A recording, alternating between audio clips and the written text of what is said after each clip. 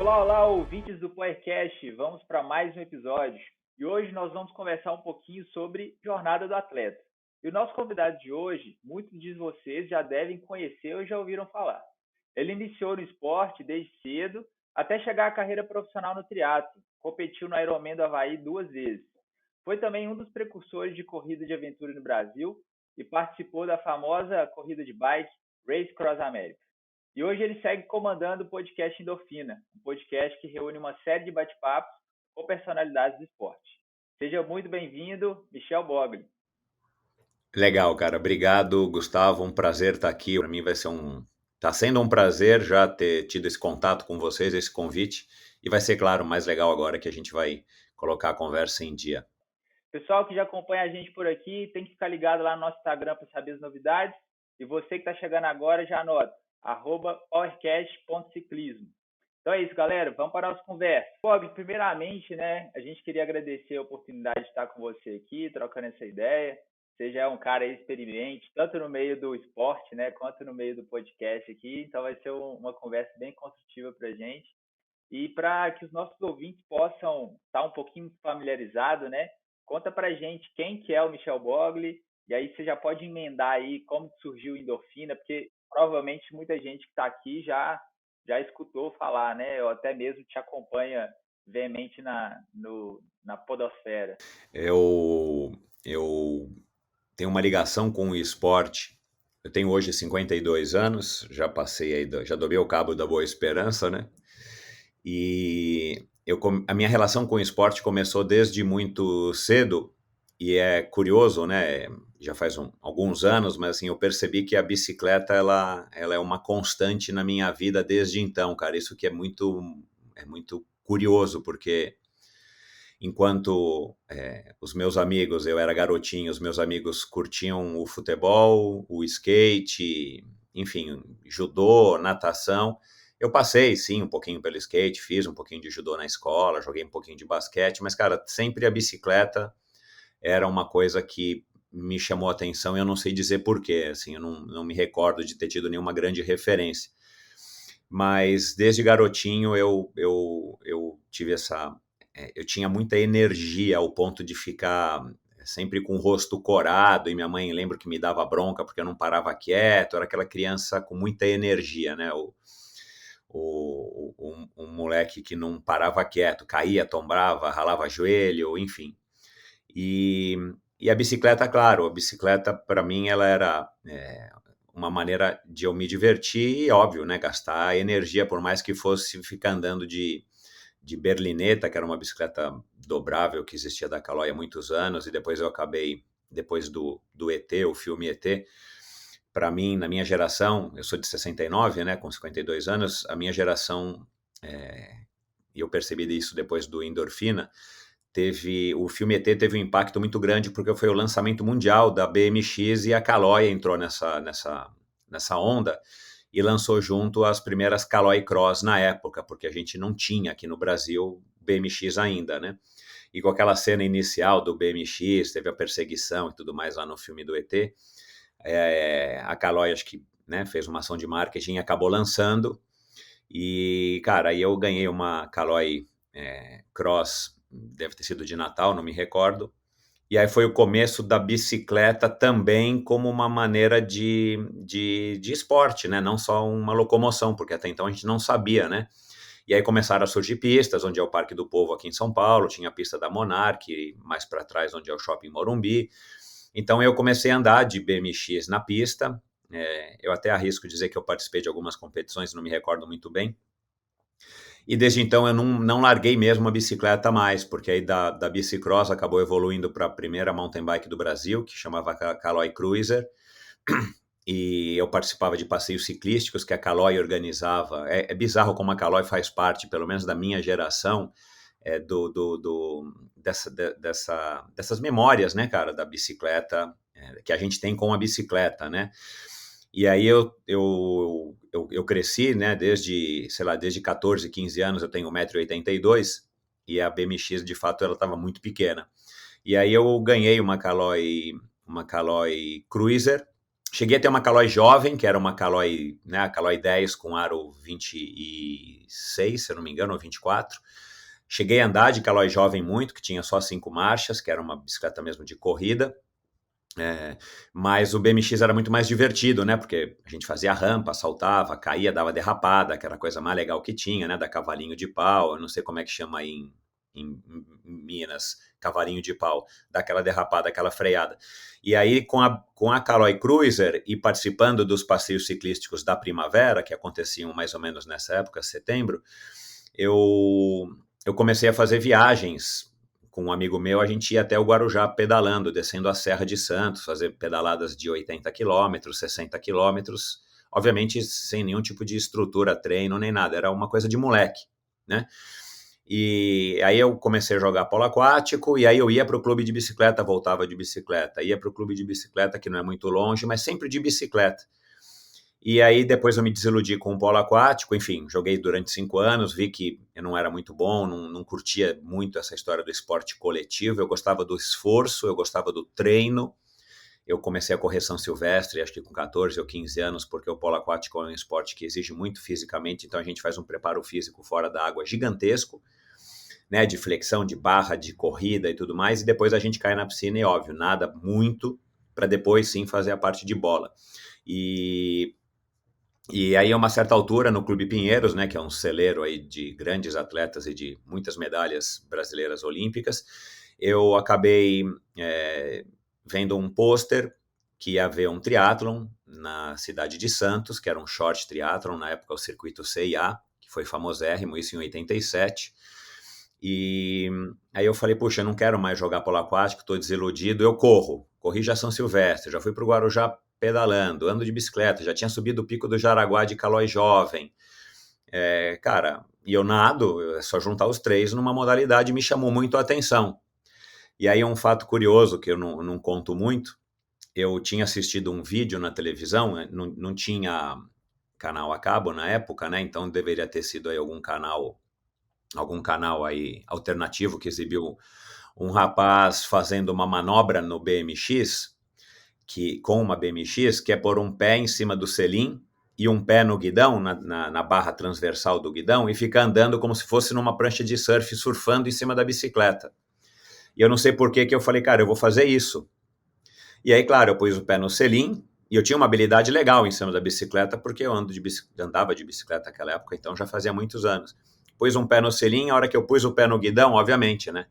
A bicicleta foi para trás, eu fui para frente, não andei acho que nem meio metro, só que eu caí em cima do meu tornozelo, e aí tive que engessar a perna, então não pude estrear no triatlon, nem começar a treinar, que talvez eu nem treinaria, eu acho que eu iria chegar a pegar uma bicicleta, eu não sei, eu tinha ideia de fazer, mas eu não lembro, mas eu acabei quebrando a perna, literalmente, e fiquei engessado durante um tempo, e aí veio o final de ano e tal, aí quando eu tirei o gesso, eu falei, cara, eu vou fazer esse triatlon. Aí eu comprei uma bicicleta Caloi Concorde, na época chamava Concorde RT, e fui lá, eu me inscrevi, não lembro como, né? Devo ter pegado o telefone lá no pôster, abandonei o polo aquático, falei para o meu técnico que não ia mais voltar. E aí eu fazia um treino por semana de bicicleta que dava 30 quilômetros pela cidade com meião de futebol. Não sei por que eu cismei que tinha que usar meião de futebol, né? Ainda esticado até o joelho. E com essa Caloi Concorde RT, que era uma Caloi tipo Caloi 10, né? De 10 marchas, básica, né? Era uma bicicleta road, uma bicicleta speed, mas completamente básica. E fui, peguei meu carro, eu tinha acabado de tirar a carteira, ganhei um golzinho da minha mãe, e fui até Angra dos Reis e fiz essa prova, que foi meu primeiro triatlon, que era uma prova curta. E, cara, assim, a sensação de você competir o primeiro triatlon, eu acho que todo mundo que curte uma das três modalidades deveria experimentar, porque eu acredito que ela é bem diferente de você estrear no mountain bike em qualquer modalidade ou você estrear em qualquer outro esporte, porque a questão da sequência das três modalidades, ela cria na tua cabeça e fisicamente ela te dá um baque, um susto, e eu também comprovei isso quase que com todos os meus convidados que fizeram triatlon, né, aqui no Endorfina, lá no Endorfina. E, cara, aí você fala, meu, eu não acredito que eu tô fazendo um negócio que eu já nadei, que eu pedalei 20 quilômetros, que agora eu tô correndo 5 quilômetros. E eu via, né, todo mundo me passar, claro, eu não devo ter passado ninguém, né? Aí me passou a Fernanda Keller, me passou não sei quem. Você fala, caramba, meu, nossa, cara, e eu tô me sentindo, tipo, morto, tô me sentindo um herói por estar conseguindo correr e depois de pedalar e depois de nadar, e de repente tá todo mundo me passando, quer dizer. E aí você cruza a linha de chegada, que foi o meu caso, e fala assim, caramba, tô morto, estafado, você não consegue dar... Meu, comi barra de chocolate no meio do pedal, pra vocês terem ideia, aquela de cobertura que tem, parece um tijolo, assim, que tem uns 2 centímetros de altura. E eu tinha levado leite condensado, mas eu não sabia onde eu ia pôr a lata do leite condensado na área de transição, pra vocês verem como eu sou antigo. O capacete era de skate, de fibra de vidro, daqueles duros, com os furinhos redondos, e o óculos eram óculos que aí eu vi a galera, né, pedalando, eram óculos de metal, né, um óculos de sol, desses de moda, né, e de tênis, óbvio. E comia só o chocolate no ciclismo, uma barra de chocolate. E, cara, terminei a prova, né, dos Reis, um visual lindo, maravilhoso. Eu lembro que tava a Luma de Oliveira lá, tinha uma galera. Você fala, meu, isso aqui é o paraíso, meu, né, em Angra dos Reis. E eu quero fazer de novo, só que eu quero agora entender como é que é isso. E acabei ainda tirando o 5º lugar na minha faixa etária, né? E voltei para casa feliz da vida com a medalhinha pendurada no retrovisor, uma medalhinha desse tamanho. E, cara, aí não parei mais, porque aí consegui uma bicicleta emprestada de alumínio, que era, sei lá, 52, o meu tamanho é 58. Mas aí eu fiz o triatlon de São Vicente, se eu não me engano, que foi o segundo, com uma bike já de alumínio, mas muito pequena, deu tudo errado. Cara, e aí vai. E só que eu comecei a ter resultados bons. Aí eu entrei na faculdade de Educação Física, paralelamente. Já era uma coisa que eu queria fazer, acho que por conta da minha vontade de fazer esporte. Eu já tinha jogado polo aquático durante 5 anos. E aí eu comecei a ter uma evolução no triatlon, assim, de maneira amadora, né, na minha faixa etária. E no Clube Pinheiros, que de fato é um celeiro gigantesco, assim, é um privilégio você poder ser sócio do Clube Pinheiros em todos os aspectos. Já tinha uma cena de triatlon lá, por isso que tinha um cartaz de triatlon dentro. E aí algumas pessoas que eu acabei conhecendo começaram a achar que eu era bom. Falei, pô, esse moleque surgiu e tal, eu era grande, 1,82 m, forte e tal. E, de fato, eu nadava muito bem e pedalava muito bem, né? Que nadar bem eu sabia que eu nadava bem, pedalar eu não tinha noção. Mas eu fui vendo que eu pedalava bem e que eu tinha que trabalhar a corrida. E acabei sendo convidado para ingressar uma equipe, que era uma equipe que no triatlon era muito comum antigamente, formar equipes, como se fossem as equipes de hoje, só que você não tinha, assim, não era uma coisa profissional. Você tinha uma mini estrutura de alguém que organizava as provas para você e as viagens, te pagava as inscrições, que já era um grande alívio, e ainda eu tinha na época 500 moedas, não lembro que moeda que era na época, para ir nessa loja da marca Ocean Pacific, que era uma marca muito legal da moda de surf, para ir lá na loja deles e pegar R$500 por mês de roupa. Para vocês terem ideia, era o lançamento da carteira de velcro, que eu acho que nem existe mais hoje, uma carteirinha de coisa de velcro. A carteira de velcro mais cobiçada, pelo menos, que a gente tinha aqui em São Paulo, era da OP. E eu tinha a hora que eu quisesse, quantas eu quisesse, na cor que eu quisesse. E aí isso vai te dando motivação, né? E aí eu peguei uma greve gigantesca na USP, pelo menos da minha geração, acho que foi a primeira greve que acho que durou um ano e meio. Aí eu ia para a USP, não tinha aula. Aí já aproveitava e treinava no CP USP, né? Treinava na USP para pedalar, já ia de bicicleta, aí o Pinheiros é perto da USP, eu já voltava para o Clube Pinheiros para nadar, quer dizer, aí o que aconteceu? Eu acabei me dedicando muito mais ao triatlon, por conta dessa greve na USP, e os resultados foram melhorando, e assim foi, vamos dizer assim, a minha carreira inteira, os patrocínios foram melhorando, eu fui da equipe Pão de Açúcar, que era a maior equipe de triatlon do Brasil da época, aí sim, já tinha um salário, já tinha uma estrutura melhor, mas esse foi o máximo do profissionalismo que tinha na minha época, assim. Mesmo Fernanda Keller e Leandro Macedo, que são os melhores triatletas brasileiros até hoje a nível internacional, a gente não tinha essa coisa que a gente tem hoje, né? Uma equipe multidisciplinar, a gente tem um coach, cada um se virava como podia e os patrocinadores pagavam bem, pagavam em dia e organizavam as inscrições para vocês e muitas vezes as viagens. Então, durante 9 anos eu fui profissional nesse sentido, Mas no meio dessa minha carreira, onde eu acabei participando 2 vezes do Ironman do Havaí, fui uma vez para o Ironman da Nova Zelândia, são 3 Ironman que eu fiz até hoje na minha vida. Ganhei várias provas aqui em São Paulo, vários circuitos de duatlon, né, vários circuitos de provas curtas, aquele troféu Brasil de Santos Internacional eu nunca ganhei, mas eu acho que o campeonato, acho que devo ter ganhado etapa, mas quando tinha os cariocas eu chegava em terceiro lugar, que aí, né, os cariocas sempre tiveram um passo à frente aqui da gente de São Paulo. Enfim, então minha carreira foi muito bacana nesse sentido, mas em 94 aconteceu uma coisa que acabou mudando bastante o meu futuro dentro do esporte, foi que eu fui convidado para participar do Race Across America, a primeira equipe brasileira a integrar o Race Across America. Eu fui chamado um mês ou um mês e meio antes da prova, eu fui no lugar de um ciclista que havia se contundido, e naquela época, né, eu tinha 20 e poucos anos, era uma maravilha, porque eu tinha um nível de condicionamento físico que era bem acima da média, e eu continuava com aquela energia que eu tinha desde garoto, eu tinha muita energia, assim, eu nunca tive uma lesão, eu nunca me sentia cansado, eu não, né, dormia pouco, comia o que queria, não tinha tempo ruim. E aí eu estava treinando para Ironman, para meio Ironman, né, prova de Ironman 70.3, como é conhecida hoje, e eu não vi problema em fazer o Race Across America num quarteto, então fui chamado para fazer o Race Across America, aceitei o convite, e logo na primeira participação a gente tira um terceiro lugar, que quase era um segundo.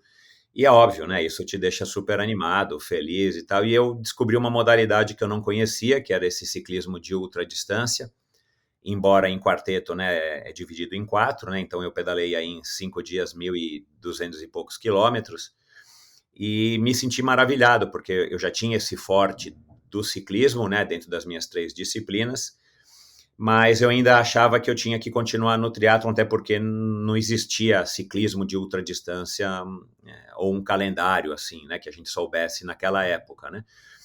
E aí aconteceu que em 96 eu ganhei a prova mais importante da minha vida, voltei para o Race Across America em 96, já pela segunda vez, porque eu queria experimentar novamente, então fui 94 eu fui, 95 nós voltamos e fomos segundo lugar com uma outra equipe, e aí 96 a gente queria voltar, né, teoricamente para conquistar o título, né, porque a gente achou que fosse fazer terceiro, segundo e conquistar o título, que seria um feito incrível, mas a gente não conseguiu patrocínio e tudo mais, é uma prova muito cara, mas em 96 eu ganhei o meu melhor, eu tive assim o auge da minha carreira em termos de resultado, onde eu ganhei a prova mais importante do Brasil, que era uma prova classificatória para o Ironman do Havaí, que acontecia em Porto Seguro, organizada pela lenda da natação e do triatlon de Madruga, e eu acabei vencendo essa prova de todos os cariocas, do Oscar Galindes, que na época era o triatleta a ser batido e tal, e foi o auge, então, da minha carreira, né, até então.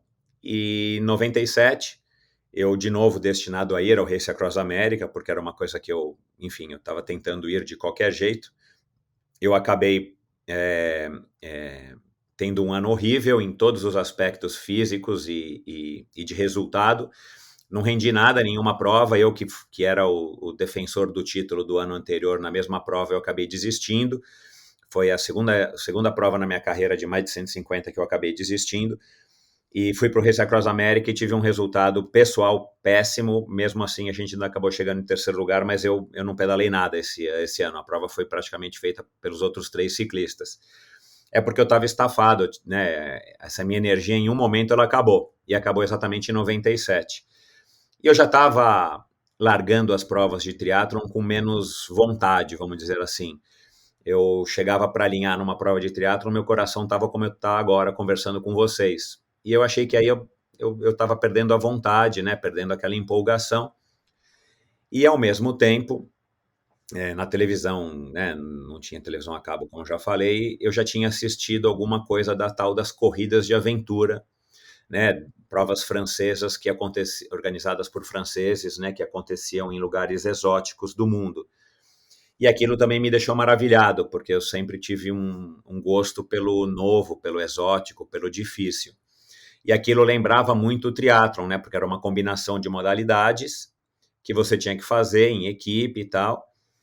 E, coincidentemente, em 97, a gente descobre que estavam começando a acontecer microprovas, que não eram provas, eram simulados, eram treinos organizados por um ex-militar, porque em 98 aconteceria a primeira prova de aventura do Brasil, que é a Expedição Mata Atlântica.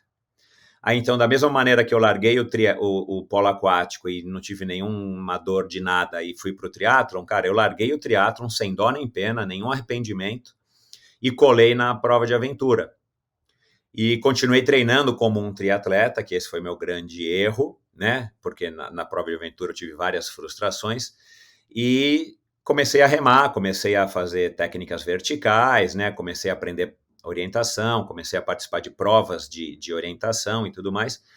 Mas a gente começou em 98, então participei eu e numa equipe com a minha então mulher e alguns amigos, a gente participou da primeira expedição Mata Atlântica. Tivemos um resultado bom, mas a gente achava que podia ter ido melhor, acho que a gente foi a segunda, a terceira equipe brasileira. Participamos em 99, e aí minha filha ia nascer, a minha primeira filha, eu acabei me mudando para Fortaleza, no Ceará, a trabalho, aí então comecei a trabalhar no Grupo Pão de Açúcar, na área de esportes, já não era mais um atleta profissional, porque eu tinha largado o triatlon, e aí, de novo, eu sempre envolvido com o ciclismo de ultradistância, comecei a organizar uma prova de 24 horas lá em Fortaleza. Em 2001 eu fui para o Race Across America pela penúltima vez pedalando, e aí a gente ganhou e bateu o recorde na época, né, da prova numa dupla, fizemos os 5.000 quilômetros em 7 dias, e aí eu resolvi trazer esse conceito do Race Across America para o Brasil, e aí organizei durante 8 anos uma prova de 24 horas lá em Fortaleza, no Parque das Dunas, onde tem o famoso parque Beach Park, né, que é onde as pessoas vão lá para curtir com as suas famílias, o parque aquático. As provas de aventura ficaram, porque com a minha filha recém-nascida, eu morando num lugar distante e tal, eu acabei não participando de provas de aventura que também aconteciam por lá. E aí, enfim, minha ligação com o mountain bike nesse meio tempo eu já tinha, eu sempre tive uma mountain bike, minha mountain bike foi evoluindo, cheguei a participar de uma ou duas provas de mountain bike enquanto eu era triatleta, mas não dava para conciliar, e as provas de mountain bike eram, enfim, nada a ver com as provas que acontecem hoje, né? Era uma coisa muito mais precária. E a uma certa altura, eu já fui para o Race Across America aí mais uma vez, só para participar e tal. Uma certa altura, a gente sabia aí por um amigo em comum que o Mário Roma tinha ido para Cape Epic, e aquilo me chamou muito a atenção, porque eu estava buscando de novo um desafio. E aí falamos, acho que com o Mário, não lembro, e, cara, aí me inscrevi na Cape Epic de 98, né? Acho que foi a minha primeira. Não lembro agora. Não, perdão. 2008, 2007. E, cara, eu não sou um mountain biker, porque eu não treino mountain bike, mas eu ando de mountain bike e ando relativamente bem para quem não é, né? Porque eu tenho habilidade com a bicicleta. Minha relação com a bicicleta, ela é, enfim, com a bicicleta, não importa a modalidade. Mas, cara, foi paixão à primeira vista, como foi com o Race Across America, e fui para 4 Cape Epic seguidas, e adorei. Para mim é a prova de todas que eu já participei, Ironman, Race Across America, ela é a mais legal, enfim, para mim é a prova dos sonhos. E aí acabei participando de 4 Cape Epics seguidas, não consegui mais voltar, porque aí de novo acabei voltando para São Paulo, nasceu minha segunda filha e tudo mais.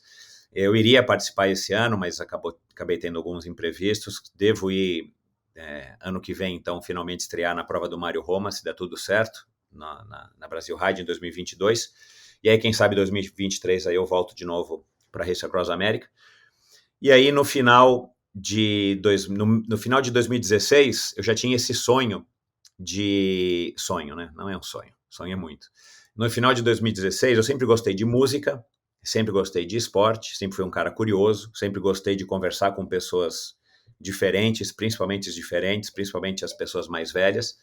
Aí, no final de 2016, eu com essa minha vontade de fazer podcasts, eu já ouvia podcasts há muitos anos, eu falei, cara, eu quero ter um podcast. Né, eu já tinha conversado com algumas pessoas antes, mas eu não tive a sorte, né, de ter como vocês aí, 3, 4 pessoas que tiveram a mesma vontade e colaboraram para acontecer o negócio, as pessoas com as quais eu tinha conversado, o negócio não fluiu. E eu falei, cara, eu não vou esperar ninguém, eu vou fazer um podcast. Não sei como, do zero, assim, tipo, do zero, zero, zero mesmo. Eu só gostava e sabia o que que era. E aí, cara, comecei em janeiro, estudando eu mesmo sozinho, né? Pesquisando na internet, ouvindo podcasts sobre podcasts, procurando no YouTube tutoriais e não sei o quê. E nesse meio tempo eu desenvolvi o conceito do que viria a ser o Endorfina, criei o nome e tudo mais. E aí, em junho de 2017, eu coloco no ar o primeiro episódio com a Fernanda Keller. E desde então, né, já são aí 4 anos e meio, quase, 4 anos e 4 meses. Eu estou no ar sem furar uma semana. Comecei a cada 15 dias, mas aí eu me surpreendi positivamente com a audiência, embora ainda fosse uma audiência muito pequena, mas eu achava que seria irrisória a audiência, e a audiência acabou sendo bacana para o meu padrão. E aí eu falei, puxa, então dá para fazer a cada semana. E eu tinha uma lista de convidados que até hoje não para de crescer. O meu problema não eram os convidados. E, cara, aí o negócio acabou dando certo. O Endorfina, praticamente não, o Endorfina acabou não mudando não tive que fazer nenhuma adaptação ao longo do percurso. Eu dei sorte de ter criado um conceito que na época era inovador, ninguém tinha feito ainda, né? E que eu gosto de fazer, que eu acho que isso é mais importante, é uma coisa que todo dia que eu vou gravar eu fico animado, porque nada mais é do que a gente está fazendo aqui, conversando e aprendendo e absorvendo e trocando, né? E eu que tive já a oportunidade de conversar com pessoas, além dos meus amigos próximos, pessoas que são celebridades, expoentes, CEOs de empresas, medalhistas olímpicos, né? Eu conversei com a Vancini, como vocês. Cara, para mim isso é um prazer gigantesco.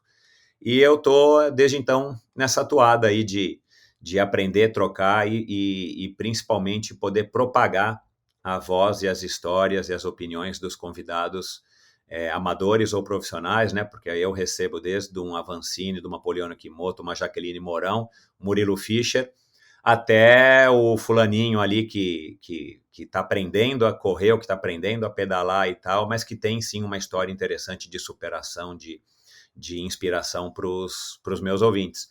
Então, em não tão poucas palavras, mas esse é um resumão dos meus 52 anos de vida e a minha relação com o esporte e agora a bicicleta. E continuo pedalando, participei do Letap agora, enfim, mas eu treino todos os dias, mas eu não tenho mais essa necessidade ou essa vontade de estar competindo, né? Assim, eu não tenho potencímetro, não tenho conta no Strava, enfim, assim, eu sou um cara old school, raiz, e para mim isso é o suficiente para me manter motivado para estar em cima da bicicleta quase que diariamente e tentando manter a forma no alto dos meus 52 anos.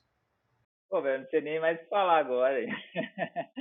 Você- Eu acho, velho, que você é o maior atleta de endurance de todos os tempos, velho. Não só do Brasil. Porque, assim, o que for água, o que for duas rodas e o que for canela, né? Você já foi, velho. Não, cara, mas a bicicleta é bizarro, meu, que ela me atrai, eu não sei porquê. Meu, assim, se for de bicicleta, para mim é mais legal do que qualquer outra coisa, cara. Eu boto fé. Você tá conversando aqui com o Danilão, que é apaixonado, ele tá ali só no sorrisinho, né? Pô, mas muito interessante essa trajetória, o Bob, porque você vivenciou, assim, pela minha perspectiva aqui, você vivenciou o mais básico do esporte até o mais extremo, né? Do alto rendimento, do profissionalismo. E outra coisa que chamou a atenção é que você experimentou todas as gerações de bike da Caloi, né? Não, eu fiz um Race Across America, cara, com a Caloi by Ed Merckx, que eu fiz a besteira de vender, cara. Nossa, mas que arrependimento, cara. Eu tive o patrocínio da Caloi, acho que em 97. Inclusive a Specialized na época era trazida, né, pela Caloi, a Shimano era trazida pela Caloi, então era tudo concentrado na Caloi. E aí a gente conseguiu o patrocínio da Caloi, meu, 2 Calóis Ed Merckx com Shimano Dura-Ace da época, que acho que era 9 velocidades, sei lá, 8. Cara, com rodas da Specialized, daquelas ainda que eram de raio de moto, né, de coisas, de carbono e tal. Então até isso eu tive, cara. Eu fiz um Race Across America de Caloi, claro, sensacional, né? Bicicleta top, tubo Columbus e tudo mais. Mas, cara, a relação, de vez em quando eu brinco com o Edu Rocha, né, que é o marketing da Caloi. Meu, a Caloi é bizarro como ela faz parte da minha geração, ela faz parte da vida das pessoas, cara. É bizarro, meu. Pra quem gosta de bicicleta, né? É, é. Eu assim, nunca fui um, um consumidor assíduo de bike, porque antes, antes de agora, minha vida com a bike era só mais meio de transporte, né? E, e eu era apaixonado. Quando eu ganhei uma Caloi 10, aquela speedzinha, eu fiquei apaixonado, cara. Eu sou apaixonado até hoje pela Caloi 10. Estou em busca aí de voltar a conseguir uma. Pô, mas na sua fala aí, cara, me chamou muita atenção, assim, isso que eu já comentei, né? Que você viveu várias situações dentro do esporte, desde a descoberta até o profissionalismo. E quando a gente vê o esporte como profissão, né? Viver do esporte, principalmente no Brasil, acaba sendo uma tarefa para pouca gente, né? Nem todo mundo talvez tenha essa. Nem todo mundo consiga encontrar esses caminhos para viver para o esporte. E você fez essa vivência numa época e eu não sei se eu tô errado aqui, mas, tipo assim, numa época que talvez o esporte que você participou não tivesse tanta visibilidade em questão de reconhecimento da população em geral, né? Reconhecimento mundial, enfim. E além disso tudo, cara, ainda tem toda a carga que o atleta leva de treinamento, de pressão de competições, de pressão de resultado. Como que você vê, assim, dentro de toda essa trajetória sua, como que foi essa questão da profissionalização do esporte? Porque a gente vê que você vai buscando, né? Você foi cavucando ali, correu atrás das empresas e foi mudando de esporte, não ficou só no triatlo, depois foi para a bike e acaba que nessa transição do esporte também deve haver alguma certa transição de profissionalização, né? Porque uma hora eu sou triatleta, outra hora eu sou ciclista, outra hora eu sou corredor, e aí você citou no meio do caminho que houve uma contratação por meio do Pão de Açúcar, né? Aí como que é a sua visão assim, de como que foi esse processo de profissionalização? Porque deve ser um processo diferente dos dias de hoje, né? Talvez hoje as marcas veem o esporte e os atletas como uma forma de fato de alavancar a marca deles. É, assim, óbvio que eu não sou profissional há muitos anos e a minha visão sobre o profissional hoje, ela pode não ser a mais fidedigna que há, mas pela minha experiência no endorfina, eu tenho aprendido muito, né? Isso é daquilo que eu falei com vocês do podcast, cara. É uma troca muito legal. Então eu acho que eu consigo falar pelo menos com alguma propriedade. O que eu percebo, e eu gravei com os primeiros triatletas brasileiros, para vocês terem ideia, eu gravei com um triatleta que era triatleta antes de haver triatlon no Brasil. Então, assim, eu fui atrás, e eu tô indo atrás dos mountain bikers. Você vai ver que eu tô tentando aqui trazer gente aqui, né? Já trouxe um Daniel Liperti, um Gilberto Ambrogi, que foram os primeiros mountain bikers aqui. Eu preciso dar uma cavucada aí em Minas, para falar com o Dudu Soares, e já falei com a Raquel, para trazer aí, que eu acho que aí deve ter tido uma cena bem legal, que talvez tenha sido, de fato, quem sabe até antes do que aqui, né? Por conta aí do relevo e da tradição que hoje existe no mountain bike de Minas Gerais. Mas, enfim, o que eu vejo, né? Me comparando, aí comparando laranja com laranja na época que eu era um triatleta profissional, conversando com o Fernanda Keller ou com o Carlos Roberto Dolabella, que foi o primeiro triatleta profissional brasileiro. Eu dei para ele esse título porque eu conversei com vários deles, né? E eu descobri que ele foi o primeiro triatleta que ele sentava para negociar, cobrava caro, não aceitava qualquer coisa, isso em 1984, para vocês terem ideia, né? Acho que vocês não tinham nem nascido. Ele foi o primeiro cara patrocinado pela Coca-Cola. Acho que depois ele teve patrocínio da Sharp, que era uma marca grande de televisores, eletrodomésticos. Então, assim, e ele disse aqui, né? Por isso que eu tenho essas informações, mesmo tendo sido amigo dele na época. Assim, ele era um cara que cobrava e cobrava caro não aceitava a permuta disso ou permuta daquilo, como eu aceitei muitas vezes, ou, né? Porque é uma coisa que que acontece, outro dia um convidado disse, quanto que a gente vale, né, quando a gente é um atleta profissional? Quanto é que vale o Avancini? Né, como é que ele chega nesse valor? É a mesma coisa que você dizer assim, por que que uma roda de mountain bike X vale tanto? Né? Você precisa chegar num denominador comum, só que quando você tem um produto como uma roda, você vai ver quanto é que ela custou de tempo, quanto é que ela custa de material, quanto que você desenvolveu de tecnologia e por aí vai. Agora, quanto é que vale um atleta? Né? E a Jaqueline Mourão uma vez me falou isso na primeira gravação que eu fiz com ela, que também deve ter sido em 1992, alguma coisa, quando ela fez o planejamento da carreira olímpica, do ciclo olímpico dela, que é o que ela queria que fosse o primeiro ciclo olímpico, e acabou dando certo. Ela levantou todos os valores de todas as provas que ela queria correr, estipulou quanto que ela ia gastar de alimentação, de suplemento, de viagem, de aluguel de carro, de passagem, de hotel, né? Para 4 anos, sozinha, por isso que aquela mulher é um fenômeno. Cara, aí ela levantou um valor X e saiu de porta em porta falando, olha, esse aqui é o meu projeto, né? E acabou dando certo com a Fiat, né? Que acho que era aí na época em Betim, não sei, em BH. E ela acabou conseguindo, de fato, realizar o sonho dela de ir para a primeira Olimpíada lá atrás, que eu já nem me recordo que Olimpíada que foi, 96, né, eu acho, Atlanta, sei lá. Enfim, na minha época, eu não tinha essa noção, né, eu não lembro como é que eu sentava para negociar valores, eu sei que para renovar de um ano para o outro, você queria mais. Então, se você partir de 1, no ano que vem você queria 1,5, ou você tentava 2, e aí vai, né? Mas o que tinha que eu acho que foi um erro, né? Assim, um erro mesmo se a gente saber que estava cometendo. Eu, no meu caso, e talvez vários dos triatletas brasileiros, a gente não tinha muito essa noção. Por isso que os cariocas, eu invejo muito os cariocas até hoje nesse sentido, porque eles eram, de fato, muito mais... Você vê, o que a Fernanda Keller fez, na época que ela fez, não tem nenhum triatleta hoje que vive do triatlon, a Fernanda Keller vive. Eu não sei se vive com muito, se vive com pouco, eu não sei. Mas, cara, ela ainda tem uma imagem dela associada ao triatlon. Não tem mais nenhum triatleta da época dela que tem isso.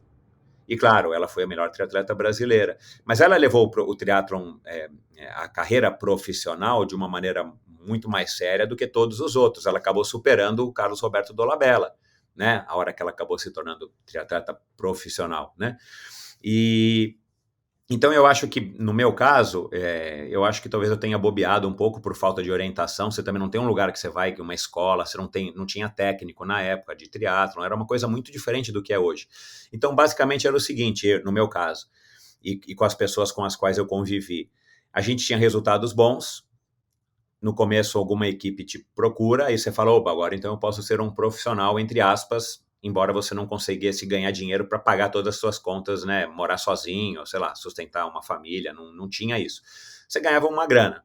As provas pagavam alguma coisa de premiação para os 5 primeiros, 3 primeiros, 10 primeiros, dependendo da prova, que era uma coisa bacana, você já não pagava aí inscrição, ou o patrocinador pagava, e aí a gente fazia as provas, não tinha outra preocupação, era fazer as provas. Se alguém viesse tirar uma foto de você, você tirava. Se alguém viesse fazer uma entrevista com você, você fazia, né? E aí você pegava as revistas mensais, que havia na época a Bike Action, depois veio a Trekking, BC Sport, e você, primeiro a BC Sport, depois Bike Action, e a gente cortava as matérias que saíam, a gente ficava na cidade até a segunda-feira para recortar no jornal quando saía uma matéria sobre aquela prova que você correu no domingo, ou se a gente voltava, a gente pedia para os cariocas mandarem o jornal para a gente, né? Recortava e ia colocando numa pasta. No final do ano, você pegava aquela pasta, levava na mesa do patrocinador, de recorte de jornal, papel mesmo, tipo coleção de papel de carta que a Ana deve ter feito muito quando era menina. Aí mostrava para o patrocinador e negociava. Era uma coisa, muito... Perto de hoje, cara, é muito amador. É muito amador, né? Então, mas isso era com os meus amigos. E a gente tinha que ganhar a prova, tinha que dar resultado, tinha que sair a foto toda pixelada no jornal, com você com o logotipo no peito. Não tinha outra maneira de você ser profissional.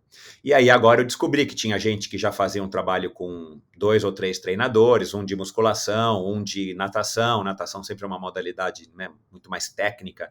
Então, às vezes, o cara tinha um de natação e um de ciclismo que fazia um pouco de corrida, ou um de corrida e o ciclismo ficava no meio. Uns já tinham um auxílio meio nutricional. Na minha época, era comer arroz integral e feijão e brócolis e beterraba, treinar o máximo que você conseguia, que isso também eu sou dessa geração e não sou realmente o único. Eu percebi que, na minha época, era assim, quanto mais você treinasse, mais bem preparado você se sentia, não necessariamente você andava, né? Então, os volumes eram absurdos, né? Era fazer, no caso do triatlon, era fazer 21 a 25 treinos por semana, né? Contando aí musculação. E, cara, chegar na prova e dar o máximo, não tinha, né? Eu peguei o começo, pelo menos para os civis, o começo do polar, né? Que a gente tinha que correr com aquela cinta e olhar no relógio, era o que tinha, né? Enfim, a gente não tinha acesso a mais nada. Mal tinha gel, a gente começou a usar gel já mais para o final da minha carreira, né? O que a gente usava no começo era batata mesmo e barra que você tinha que abrir, tipo barra energética, power bar. E hoje, cara, é bizarro, né? Você vê não precisa nem no Avancini, que é o topo do topo da estrutura, mas você vai em qualquer outro atleta aí, amador, profissional, que não é ainda campeão mundial, cara, o cara já tem um psicólogo, o cara já tem, né, um acesso, né, por mais caro que seja uma bicicleta com medidor de potência, tem um treinador que já usa o Training Peaks, que já sabe utilizar isso, quer dizer, o cara faz testes de lactato, teste de VO2, o cara, é outra realidade, né?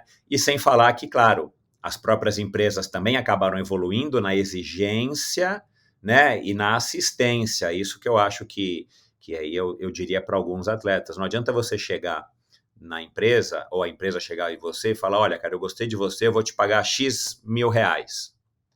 Tá aqui, agora traz resultado para mim. Bom, mas que resultado que você quer? Qual é a imagem que você quer vender? O que você vai fazer também para me ajudar? Né? Porque não adianta eu bancar um anúncio, sei lá, na revista Veja, que é a maior revista, a revista mais lida do Brasil, de que eu vou vender, sei lá, calça jeans a R$2 e eu não ter calça jeans espalhada em nenhum lojista do Brasil. O que adiantou eu fazer esse anúncio, né?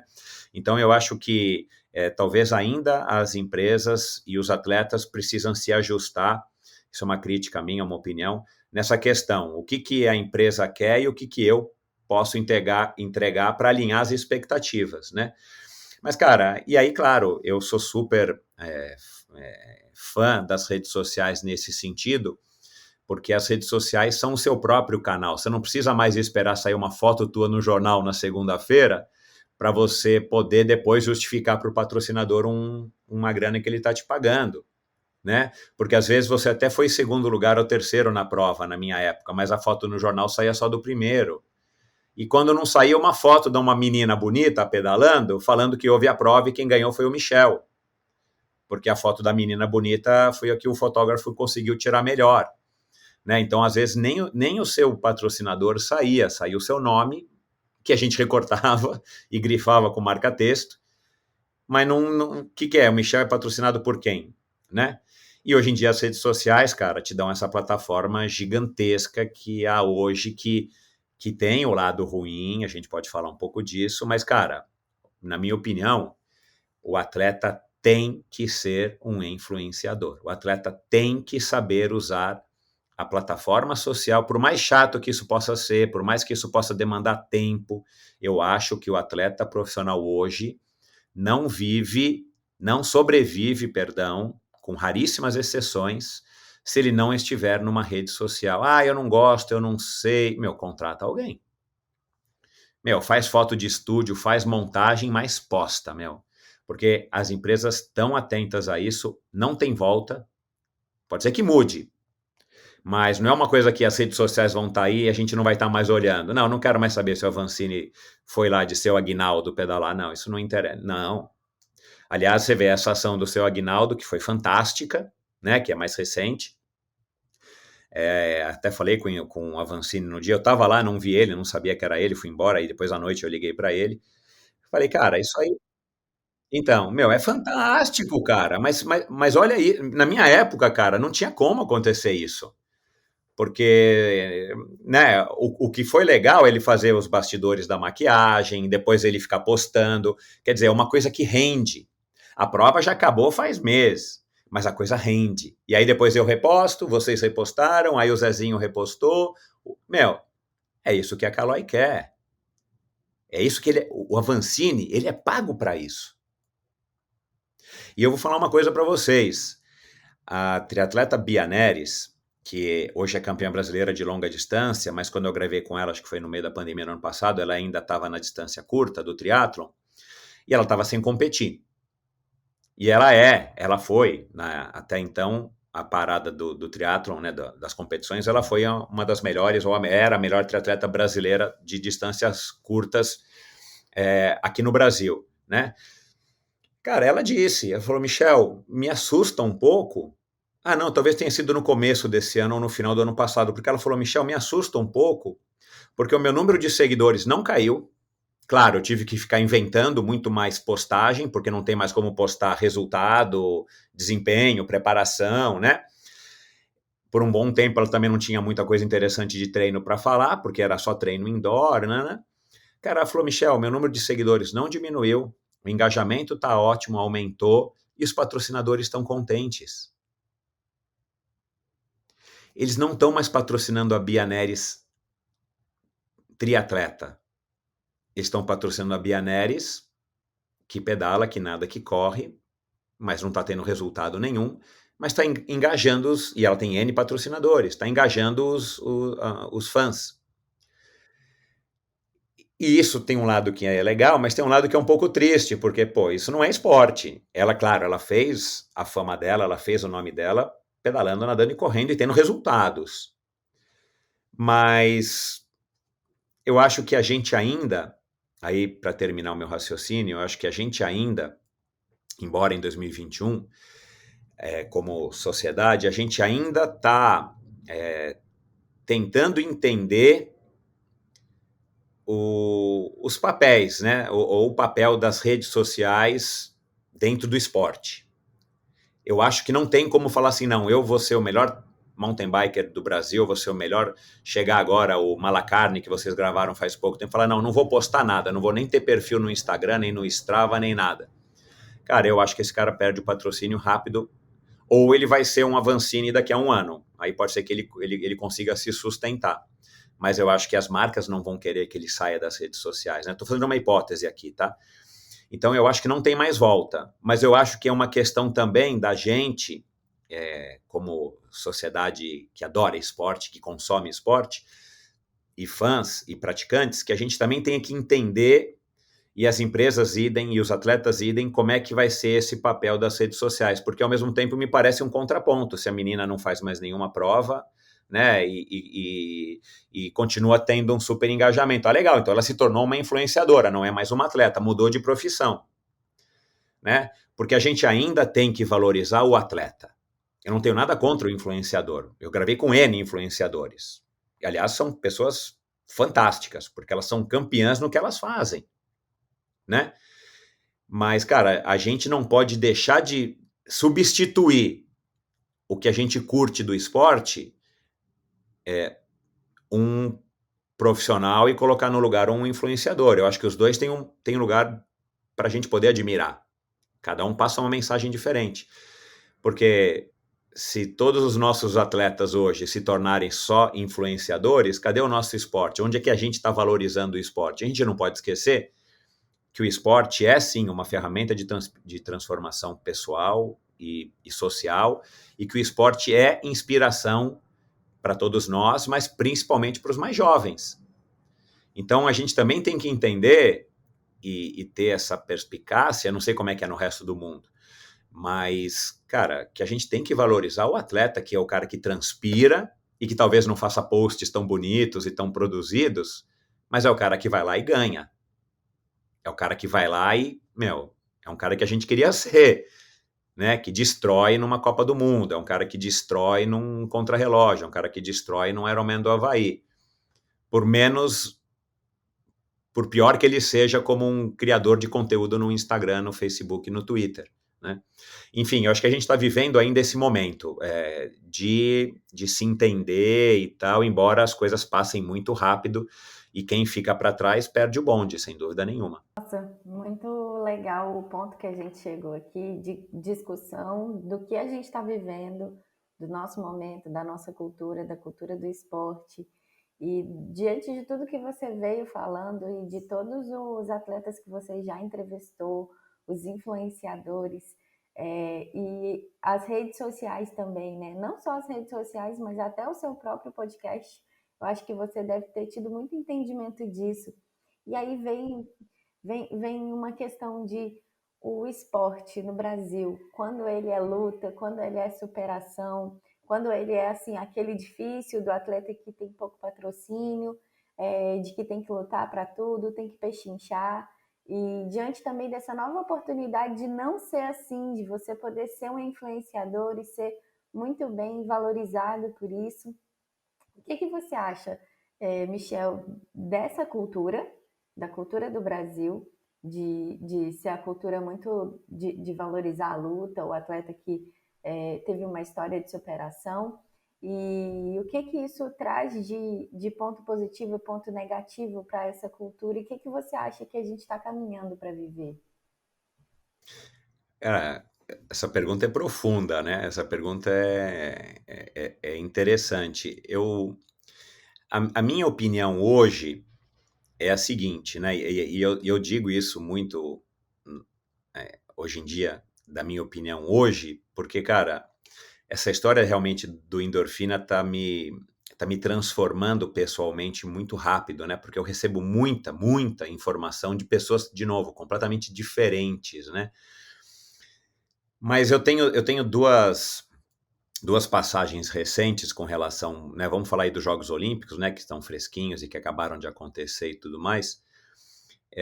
Eu tenho uma visão a respeito do Brasil olímpico, do Brasil esportivo e tal, mas eu recebo muita informação, né? E aí eu vou ressaltar aqui para responder a tua pergunta, Ana, duas passagens mais recentes. A primeira foi com a Alessandra Dutra, a psicóloga do Avancini, né, psicóloga da Raíza Golão e de várias outras pessoas, que fala desse método dela, né, que desenvolveu esse método chamado método da combatividade, né, cara, eu adorei conhecê-la, adorei conversar com ela, cara, e que é usar uma metodologia, eu vou resumir aqui, não sei se a Alessandra ouve ou não, enfim, ou quem é muito fã dela, talvez eu me engane um pouquinho, mas é mais ou menos isso, né, em linhas gerais, e se vocês conhecerem, vocês podem me corrigir.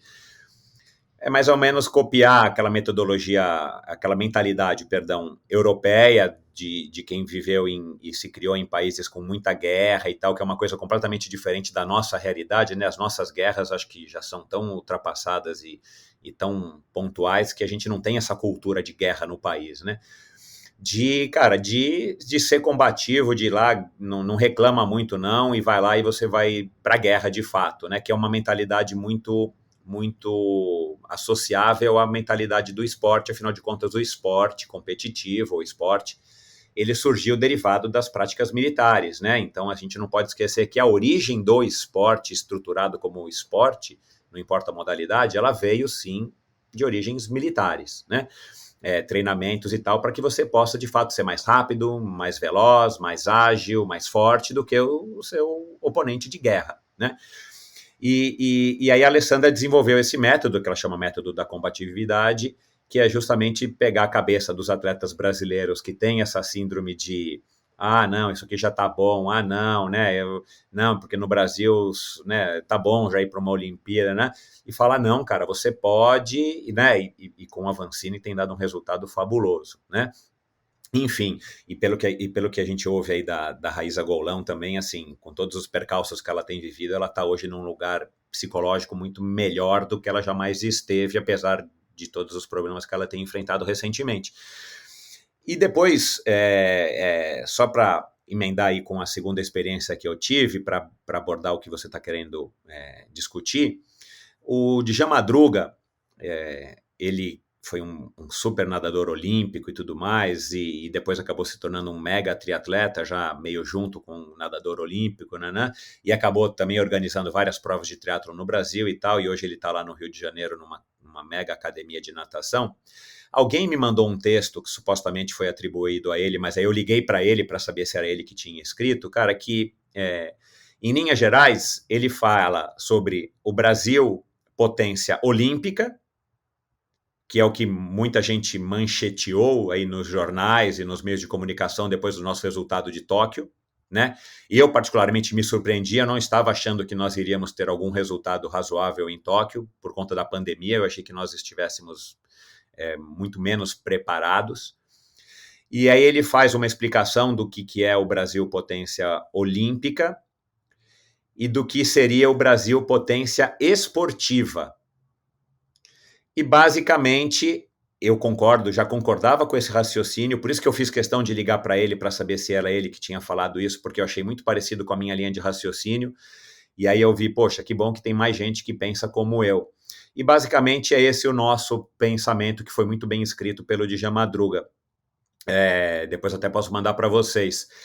Cara, o Brasil será uma potência olímpica, ele ganhar X medalhas, que é um número razoável, que colocam ele numa posição no quadro de medalhas e que excede o que a gente fez na última Olimpíada e na Olimpíada anterior e por aí vai. E que nos enche de orgulho de fato. Mas nos enche de orgulho pelas pessoas que estão conquistando aquelas medalhas. Então, ver uma medalha do Isaquias, ver uma medalha do fulano, do ciclano, do Beltrano, a mim, né, Michel, me enche de orgulho pelas pessoas que eles são, pelo trabalho que a gente sabe que eles tiveram, pela luta que a gente sabe que os atletas brasileiros enfrentam e que eu acho que enfrentam em muito, com um grau de dificuldade muito maior do que, não vou dizer todas as nações, porque seria muito, mas que as principais nações. Eu acho que um atleta brasileiro, ele sofre mais, ele luta mais, em média, do que um atleta americano, do que um atleta alemão, do que um atleta canadense, do que um atleta suíço, e por aí vai. Mas, ao mesmo tempo, e dá impressão, dá vontade de fazer uma pesquisa, né, no exterior, chegar para os americanos, ou para os alemães, ou para os franceses, e assim, olha, o que você acha do resultado do Brasil no quadro de medalhas? O que você imagina como é que é o esporte no Brasil? E o Djan Madruga tem muita propriedade para falar, porque ele trabalha num instituto lá acho que de natação ou de esportes do Rio de Janeiro, já teve alguma ocupação política nesse sentido e tudo mais, já trabalhou dentro ou perto do COB, enfim, não sou eu falando que só estou aqui como um observador. A verdade é que a gente que está no Brasil, e de novo, né, através da minha experiência no Endorfina, eu estou conversando com Cocuzzi, com a Vancini, com a Jaqueline Mourão, com as triatletas meninas olímpicas do triatlon e tudo mais. Cara, tem sim algumas coisas sendo feitas que são legais. Não teve legado, né? Eu gravei com a Flávia de Oliveira, que foi 7ª colocada na Olimpíada do Rio na prova de pista, na prova de estrada, né? De ciclismo. Cara, ela é completamente cética. Eu gravei com o Joaquim Cruz, que ganhou a medalha em 86, 84. Ele é completamente cético. E não é cético que, assim, não quer enxergar, é porque um Joaquim Cruz está aí há muito mais tempo do que a gente, é medalhista de ouro há muito mais tempo do que, os medalhistas aí mais recentes, e não vê a coisa acontecendo, né? Então não sou eu que estou dizendo, mas o Djan conseguiu traduzir muito bem isso. O que nos falta é ser uma potência esportiva, que sendo uma potência esportiva, naturalmente isso vai nos levar a ser uma potência olímpica. Hoje nós somos no Brasil uma potência olímpica porque temos resultado que é muito melhor do que, acho que coloca o Brasil numa posição, num ranking mundial, muito mais alto do que de desenvolvimento humano, do que de economia, do que de fome, do que de pobreza, do que de satisfação, do que de felicidade, acho que do que de tudo. Aí quem olha de fora fala, pô, o Brasil está investindo, parece que o Brasil é Cuba, né? Cara, cadê que a gente não vê? Cadê o Velódromo do Rio sendo utilizado? Cadê as pistas de mountain bike espalhadas pelo Brasil inteiro para que surjam 1.500 novos Avancines, novas Jaquelines Mourão, novas Jujus? Cadê? Você vê a Juju mesmo. Cara, é uma promessa, mas, ela veio de um pai que era um ciclista. Não é uma coisa que surgiu a menininha, sei lá, da comunidade, da favela, que foi, e de repente, junto com elas, tem mais umas 30. Então, assim, eu acho que o Brasil tem recursos humanos, óbvio. O Brasil tem uma questão cultural, aí a própria, acho que a Alessandra Dutra falou, a outra psicóloga que eu já gravei também, que é psicóloga dos grandes campeões olímpicos desse ano, aí da Ana Marcela, do Fratos. Nós temos sim a Cara de Pierro, que aliás é uma menina legal de vocês trazerem para conversar aí com vocês, ela é super bacana, super bacana. Nós temos sim uma mentalidade no Brasil do, tudo bem, eu já cheguei aqui, né, não, a gente é brasileiro, não vai, né, enfim, que elas estão conseguindo, as psicólogas e psicólogos, né, e as pessoas ligadas a esses atletas estão tentando desvencilhar, mas o que eu acho é que a gente tem não adianta falar só de quantos atletas que a gente tem no Brasil de alto rendimento. Eu não faço ideia, mas temos o quê? 5 mil? 10 mil? Não é nada perto da nossa população, né? Contando de todos os esportes, né? Aliás, seria um número legal de descobrir quantos atletas de alto rendimento a gente tem no Brasil. Enfim, a gente não tem uma quantidade grande. Aí você fala de todo o entorno dessas pessoas, que é a sociedade, que é a cultura. A cultura se forma dentro de uma sociedade, né? A nossa cultura não é esportiva, né? Assim, tipo, quem são os fãs do Avancini? Eu duvido que se eu parar aqui alguém na rua, o cara sabe quem é. Acho que, assim, das 10 pessoas que eu perguntar, acho que meia vai saber quem é o Avancini. E é um cara que hoje em dia todo mundo tinha que saber quem é. Pela posição de destaque que o Avancini tem no cenário mundial, né? Quem é a Ana Marcela Cunha, melhor nadadora de maratona do mundo hoje, que ganhou medalha de ouro? Então, assim, aí a gente vê o próprio papel, vamos falar aqui, Rede Globo e os canais a cabo, cara, fazem um trabalho muito legal, mas acabou. Nem na Paralimpíada a gente vê. E olha que Paralimpíada é um outro problema, né? Porque nós somos muito mais potência, nós temos, aparentemente, parece que até uma estrutura meio compatível com a estrutura de preparação ao esporte não paralímpico, mas aí que todo mundo é bem desconhecido mesmo, né? Se passar o Clodoaldo aqui, ninguém sabe quem é. Vai falar, olha o coitado do Perneta aí, não tem uma perna, sei lá. Quer dizer, então assim, eu acho que a gente tem um problema no Brasil que falta a cultura do esporte. Que as pessoas gostarem do esporte, de fazer esporte, de ter vivido esporte, acho que passa muito pela questão de que eu acredito que a maior parte dos brasileiros nunca praticou um esporte que não seja um futebol esporádico, né, já que é o esporte nacional, mas assim, de poder ir numa competiçãozinha, no interescolar, no interinfantil, no interacademias, a gente não tem a cultura. E aí, claro, a criança não tem, ela se torna um pai que não tem, vai se tornar um avô que não tem, e o negócio meio que se perpetua. E não adianta ter um Avancini, não adianta ter uma Jaqueline, não adianta ter um Guga, não adianta ter um Cielo, um Borges, um Ricardo Prado e um Fratos. Não tem força, essas pessoas são muito poucas e isoladas, né? E aí a gente vê o Fratos falando, não, nós é brasileiro, mas é ruim, eles são grandes, mas nós é brasileiro, não, por isso o Brasil tem potencial. Mas ele está nos Estados Unidos há 12 anos treinando lá, né? Eu descobri recentemente aqui que o Clube Pinheiros, a equipe de triatlon profissional do Clube Pinheiros, que existe, inclusive com Bia Neres, Jennifer Arnold e tal, desde a pandemia ficou meio desestruturada de treino. Cara, e é o Clube Pinheiros, que como nação, se fosse colocar o quadro de medalhas, era mais alto do que o Brasil. Ele ganha mais medalhas para o Brasil do que qualquer outro clube. Então aí você vê, cara, que mesmo num Clube Pinheiros, tem uma desorganização, que eu acho que na Suíça não tem, eu acho que nos Estados Unidos não tem, que eu acho que na França não tem. Eles têm 1000 problemas que a gente sabe, né? Mas eu acho que o problema deles não é estrutural como o nosso. E quem disse isso foi Joaquim Cruz, não sou eu. Eu estou só formando a minha opinião através dos inputs que eu recebo e do que eu observo.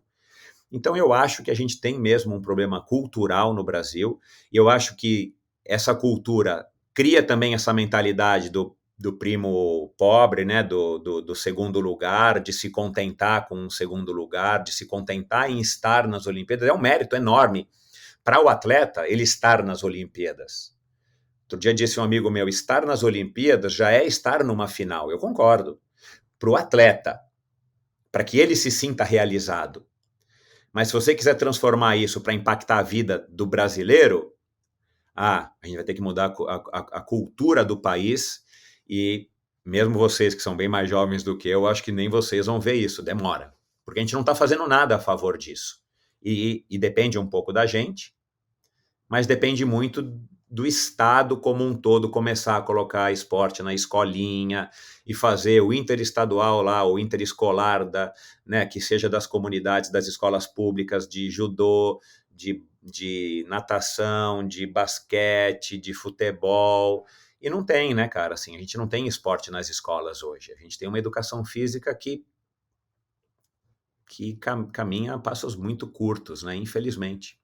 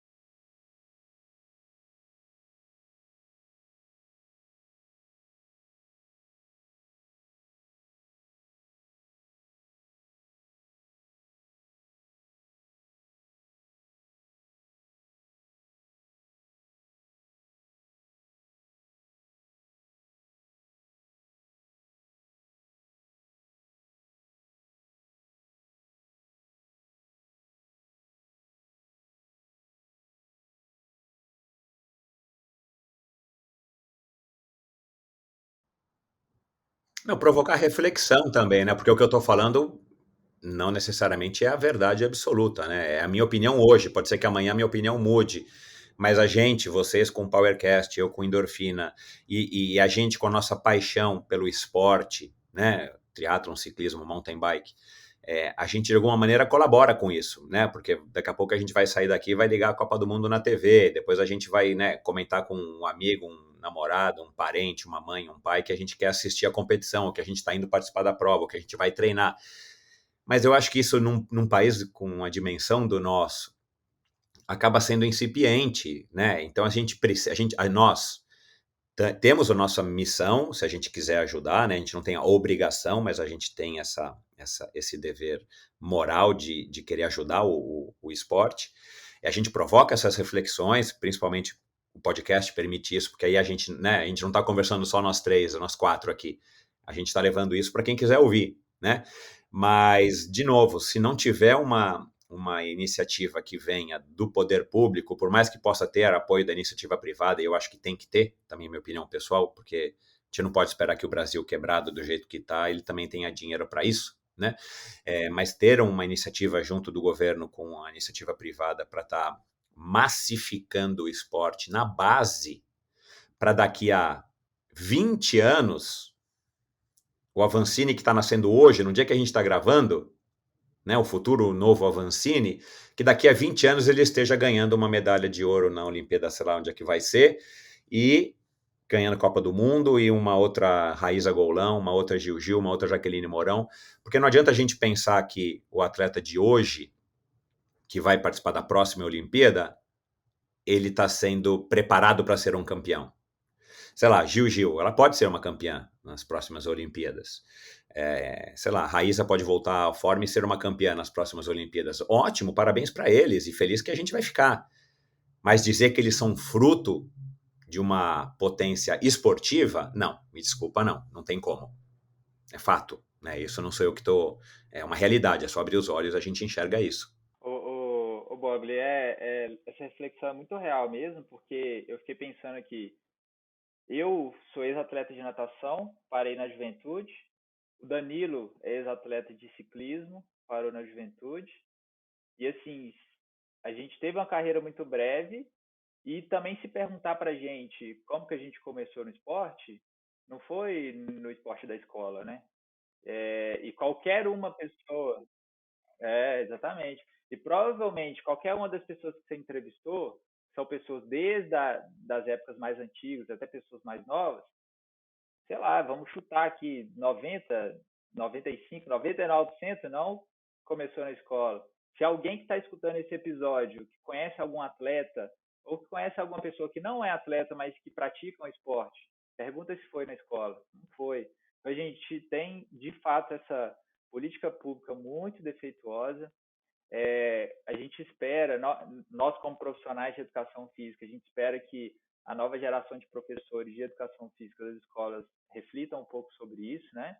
E é muito mais do que o esporte, na minha visão, porque falta na sociedade movimento, né?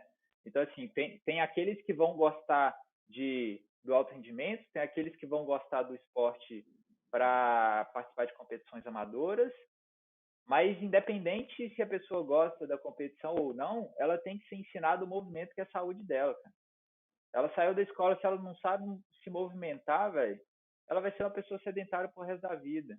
E aí a gente já sabe de todas as coisas que acontecem, né? Doença, gasto público com remédio, hospitalização, enfim.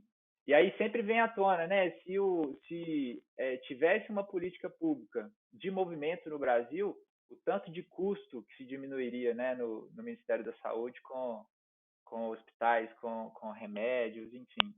E aí, a partir disso, velho, a partir de quando cria-se, né, essa nova visão, a gente de fato vai construindo uma base sólida de resultados, né, que casa muito com esse texto de Jean Madruga, que é o que você falou, porque quantos atletas de alto rendimento? Chutamos aqui 5.000 pessoas. Pô, qual que é o tamanho da população brasileira, né? Se eu não tenho uma base de pessoas que praticam algum tipo de modalidade, de onde que eu vou tirar aquele talento, né? A gente tinha que ter, disputando vaga para participar dos jogos, sei lá, vamos falar aqui do mountain bike, que é a maior parte do teu público, tinha que ter 7 pessoas, tinha que ter 5 pessoas, tinha que ter 12 pessoas disputando a vaga. Não ficar óbvio aí, clara, que é o Avancini e o Cocuzzi pronto. Né? No feminino nós não tivemos ninguém, não é isso? Eu tô confuso, não tivemos ninguém no feminino. A gente teve a Jaque. Ah, não, teve a Jaqueline, desculpa. Então, você vê, né? E acho que eu falei isso para ela aqui, acho que na segunda vez, que a primeira vez que eu gravei com a Jaqueline, ela não sabia se ia voltar, cara, juro, meu. Essa mulher, para mim, é um fenômeno, meu, juro. Essa mulher, para mim, é fantástica. Você vê, ela é o exemplo, cara, que a gente tinha que seguir. Tinha que ter uma estátua da Jaqueline Mourão, cara, em cada uma das pistas de mountain bike que existem no Brasil, cara. Porque, meu, na idade dela, ela indo para as Olimpíadas, sei lá que número de Olimpíadas já, oitava, sétima, cara, e ela ter a vontade. Então, não, e quer ir agora para a Olimpíada de Inverno, né, daqui a pouco. Eu ia falar isso, velho. Então, cara, mas cadê a próxima Jaqueline, cara? Tudo bem, a Raíza veio do projeto dela, né, acho que o Cocuzzi passou por lá, o Nicolas Sessler, mas tinha que ter mais. O que a Jaqueline fez é ótimo, mas é uma iniciativa, que é, de novo, super mérito, mas tinha que ser uma coisa que, meu, que começasse a chover menina campeã. E aí sim, vai ter a nata da nata, que é o que acontece nos outros países, cara. Né? Você vê, vamos falar aqui dos Estados Unidos, que é a maior potência olímpica. Cara, tem a seletiva americana de qualquer modalidade, acho que é muito mais forte do que a final olímpica, cara. Porque, meu, é todo mundo batendo na trave. Né? Ou no caso do mountain bike, sei lá, a Copa do Mundo ou a Copa da Europa, meu, é muito mais forte do que umas Olimpíadas, porque estão todos lá. Né? Nas Olimpíadas vão ter 2 atletas ou 3 para cada país, quer dizer. Então, assim, cara, é uma pena. De novo, eu acho que o ser humano nós temos em abundância, porque o brasileiro geneticamente não é menos favorecido do que um alemão, do que um francês, do que um russo, um queniano, sei lá o que, não é, né? De uma maneira geral. Mas o que falta para a gente é a cultura do esporte. E menos mal, porque a cultura de uma potência olímpica, né, para citar aqui o termo do Djan, ela é boa, né? Ela não é prejudicial, muito pelo contrário, ela ajuda a gente a escancarar todos os nossos problemas e defeitos, a mascarar alguns, mas pelo menos a gente tem. E aí tem aquela história do exemplo, como é que é o nome? Exemplo, me fugiu aqui, que assim, a gente vê que nós conseguimos, cara. Se a Ana Marcela consegue ser campeã olímpica na maratona aquática, se o Avancini consegue ser campeão mundial, cara, todos os outros brasileiros conseguem, porque nós não temos nenhum problema que nos impeça de ser. Agora o caminho para a gente é um pouco mais longo, um pouco mais árduo, né? Então, enfim, a gente é positivo, óbvio, mas a gente precisa de fato criar uma cena cultural que facilite um pouquinho mais, ou que pelo menos abra a boca desse funil, né, para caírem lá um monte de criancinhas e meninos e meninas, para eles irem fazendo as suas modalidades, qualquer uma delas, para que no final do funil comece a pingar um outro, que são potenciais olímpicos, medalhistas, campeões mundiais e por aí vai, né? o que a gente tem é um funil com uma bocarra, com uma boquinha, não uma bocarra, uma boquinha minúscula, que vai pingando na entrada, e pinga um, daqui a 5 anos pinga um outro, Avancini, né? Quem que é o próximo Avancini? Tomara que seja o Malacarne. Mas assim, tinham que ter vários Malacarnes, né? Tinham que ter várias Gil-Gils, tinham que ter vários Cocuzes, né? Você vê o Cocuze. Cara, o Cocuze é um excelente atleta. Ele teve um pouco da infelicidade de estar na mesma era que o Avancini, né? Então a gente acha que ele não é tão bom porque o Avancini é muito melhor do que ele, né? Mas, cara, é um fabuloso, mas tinha que ter 10 Cocuzes. Porque aí um Cocuze brigando com outro, cara, já eles pegavam o Avancini. Né? Eu não sei se vocês concordam com isso, mas me parece um raciocínio muito lógico. Quanto mais gente a gente tiver brigando pela mesma vaga, melhor vai surgir os talentos, né? Uma evolução natural forçada, né? Então, assim, mesmo para o Avancini, a gente sabe que o objetivo dele não é brasileiro, o objetivo dele é mundial. Mas é claro, ele está agora, né? A gente está gravando aqui, aconteceu faz pouco tempo a prova lá em Araxá. Assim, ele sabe que não é a pressão grande. Agora, seria legal ele viesse para o Brasil, cara, e ele tivesse, meu Deus do céu, amanhã eu vou ter que competir com o fulano, com o ciclano, né? Ia subir a régua dele, cara, mas ele tem que morar na Europa, quer dizer, ele tem que ir para a Europa toda hora, ele tem que passar tempo longe da filha dele, da família dele, porque é lá que ele se sente ameaçado, né? Então, e é isso que eu acho que acontece, né? Eu imagino que a cena do mountain bike na Suíça, sei lá, deve ser fenomenal para esses caras, na França, puta, deve ser um pega para capar assim que tá louco. E isso que gera os grandes campeões, né? Isso que gera os Schurters, os Absalons e por aí vai. Exatamente, cara. E olha que a gente nem foi para o esporte paralímpico, né, igual você falou. E eu quis retomar esse assunto porque hoje eu trabalho com atletas paralímpicos. E assim, se a gente já tem um defeito na cultura do esporte convencional, do esporte olímpico, paralímpico nem se fala ainda, né? A gente tá um pouco mais atrasado ainda, quer dizer. São assuntos para outros momentos aí que a gente pode ter mais para frente, cara. Não, vamos a hora que vocês quiserem, pessoal. Para mim, falar disso é a coisa mais gostosa que tem. Ó, já estamos estourando nosso tempo aqui, velho. Eu acho que a gente fechou nosso episódio com uma reflexão muito legal. Os ouvintes aí depois podem comentar. A gente tem nosso canal no YouTube também, que sai os vídeos e aí dá para interagir por comentários, né? Dá para interagir também lá no Instagram. Então, galera, fico super à vontade para trazer a visão de vocês. E é isso. Hoje a gente conversou aqui com uma super personalidade do esporte, né? Curiosamente, ele entrevista personalidades do esporte, mas ele em si já é uma grande personalidade. Ô, Bog, muitíssimo obrigado pelo bate-papo. A gente quer convidar todos os ouvintes a se ligar no podcast do Endorfina. Né? Lá vocês também vão conhecer muitas histórias legais de vários atletas do Brasil, né? E desde atletas de gerações passadas até gerações mais novas. E sim, trazem muitos insights de inspiração, então tem que conferir lá. Fechou, galera? A gente espera também que essa cultura do esporte possa cada vez mais chegar para cada um aí e a gente possa alavancar de fato. Obrigado, pessoal. Um abraço. Então, pessoal, até a próxima e vem de roda. O podcast mais serelepe do ciclismo brasileiro.